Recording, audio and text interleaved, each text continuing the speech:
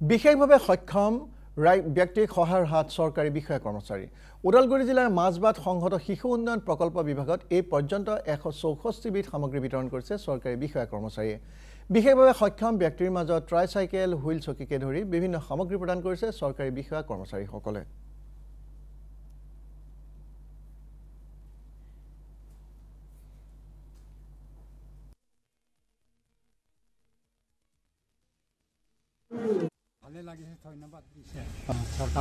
ইয়াতে আমাৰ এবিআইপি স্কিমৰ অধীনত আমাৰ যিখিনি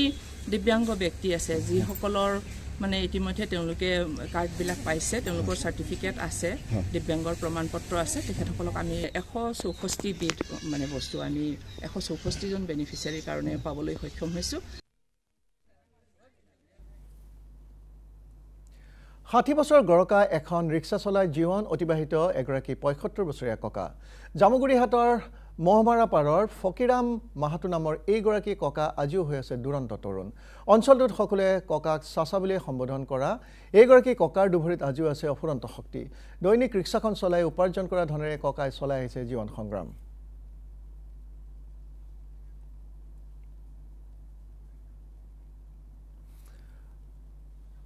আৰু এই বিষয়ে আমাক অধিক জনাব আমাৰ জ্যেষ্ঠ সাংবাদিক হিৰণ্য বৰাই নিশ্চয়কৈ মই বৰ্তমান উপস্থিত আছোঁ এগৰাকী 75 বছৰীয়া ককাৰ সৈতে আৰু যিগৰাকী ককাৰ নেকি এতিয়াও আছে অদম্য সাহস আৰু শক্তি আৰু যাৰ বাবে নেকি আজিও ককাই 60 বছৰ পুৰণি এখন ৰিক্সা চলাই নিজৰ পৰিয়াল পোহপাল দি আহিছে আৰু এগৰাকী হৈছে সেইগৰাকী ককা আৰু এই ককাক আচলতে সকলোৱে চাচা বুলিয়েই মাতে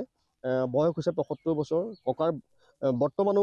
দুভৰিত আছে দুৰন্ত শক্তি যাৰ বাবে নেকি তিনিচকীয়া ৰিক্সা চলাই ককাই আজিও তেওঁ ভাড়া মাৰি আচলতে নিজৰ পৰিয়ালটো তেওঁ পোহপাল দিছে নিজক তেওঁ চিনি পাইছে আচলতে ৰিক্সাখনৰ লগতে আৰু যিটো সময়ত নেকি পথত ইতিমধ্যে তিনিচকীয়া টমটমে হওক বা ই ৰিক্সাই হওক চলাই ইতিমধ্যে বহুতে জীৱন জীৱিকা অৰ্জন কৰিছে কিন্তু তাৰ বিপৰীতে কিন্তু ককাই কিন্তু আজিও এই তিনিচকীয়া ৰিক্সাখনেই তেওঁ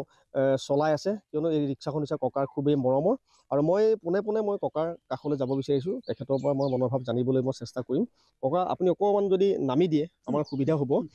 আপুনি আপোনাৰ নামটো কি বুলি আছিলে মোৰ নাম ফকিৰা মাহাতো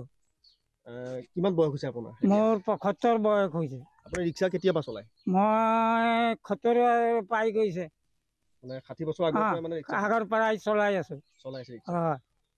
কেনেকুৱা ভাড়া এতিয়া কেনেকুৱা এতিয়া বৰ্তমানতো ইমান ভাড়া নাই তথাপি মোৰ জোৰ আছে যেনে তেনে পৰিয়ালটো পুহি আছো আৰু জোৰ আছে আপোনাৰ আছে এতিয়াও জোৰ আছে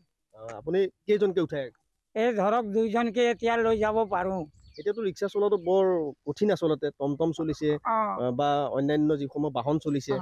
কষ্টটো কম হয় কিন্তু আপুনি যে ৰিক্সাখন আজিও লৈ আছে কিহৰ কাৰণে ৰিক্সাখন মৰমত বহুত মৰমত এইটো ৰিক্সা ৰাখি থোৱা আছে আমাৰ জামুগুৰিত এই অঞ্চলত তেনেকুৱা ধৰণৰ এই অঞ্চলত ৰিক্সাও নাই আৰু মহৈ এটা মানে চলি আছে মোৰ জোৰ আছে কাৰণে আপোনাৰ জোৰ আছে আপুনি খোৱা বোৱা আপোনাৰ কেতিয়া কি খায় খোৱা বোৱা ধৰক 10টাত মই অকণমান ভাত খাই পেলাই যাওঁ আকৌ 12টাত গুচি আহোঁ ভাত বনাই খাওঁ হয় ৰিক্সাতে চলাই মানে এতিয়া ভাগৰ নালাগে নে আপোনাৰ নাই মোক ভাগৰ নালাগে মই এনেকৈ চলাই থাকোঁ এতিয়াও মানে ভাগৰ অনুভৱ নকৰে আপুনি না নকৰোঁ সেইটো ভাগৰ মই নকৰোঁ দৈনিক আপোনাৰ কিমান উপাৰ্জন হয় দৈনিক ধৰক এতিয়াতো আৰু টমটম হৈ গ'ল হেৰি হৈ গ'ল সেইবিলাক পৰা নাই গতিকে 60-70 পাওঁ আৰু গুচি আহোঁ মই বজাৰ কৰি এতিয়া আপুনি চেণ্টাৰৰ পৰা আহিছে চেণ্টাৰৰ পৰাই আহিছোঁ এতিয়া ভাড়া লৈ আহিছিলোঁ কিমান ভাড়া পায় ভাড়া এতিয়া ধৰক 30 টকা এটা পালোঁ ইমানে এনেকে চলি আছে আৰু অন্য যিসকল আপোনাৰ লগৰ আছিলে আগতে ৰিক্সাৱালা তেওঁলোকেতো এতিয়া চাগে টমটম বা ই ৰিক্সা ল'লে এই আগৰ লগৰ বন্ধুবিলাক টমটম বা এই ই ৰিক্সা এইবিলাক লৈ ল'লে মোৰতো উপায় নাই এইখন মৰমত ৰখাৰ কাৰণে মই চলাই আছো ইয়াত এখন ৰিক্সা আপোনাৰ কিমান দিন হ'ল এইখন হ'ল 70 বছৰ মানে হ'ল এইখনেই ৰিক্সা আমাৰ কেনেকুৱা লাগে ৰিক্সা চলাই আপোনাৰ ভাল লাগে একদম ধুনীয়া লাগে মোক ভাগৰ বোলা বস্তু নাই এতিয়াও লোকে মোৰ ভাগৰ বস্তু নাই মোৰ এতিয়াও জোৰ আছে হয় এয়া আছিলে ককা আচলতে তেওঁ ইতিমধ্যে প্ৰকাশ কৰিছে যে তেওঁ ভাগৰ নাই আচলতে এতিয়াও তেওঁ দুৰন্ত তৰুণ হৈ আছে আজিও এই 75 বছৰ বয়সত আমাৰ পাছত মাইনাই দেখুৱাইছে ককাৰ ঘৰ জামুগুৰিহাটৰ মহমৰা পাৰত আৰু এই ধৰণে আচলতে ককাই তেওঁ জীৱনৰ জীৱিকা তেওঁ অৰ্জন কৰি আহিছে আৰু ধন্যবাদ জনাইছো হিৰণ্য বৰা 75 বছৰ বয়সত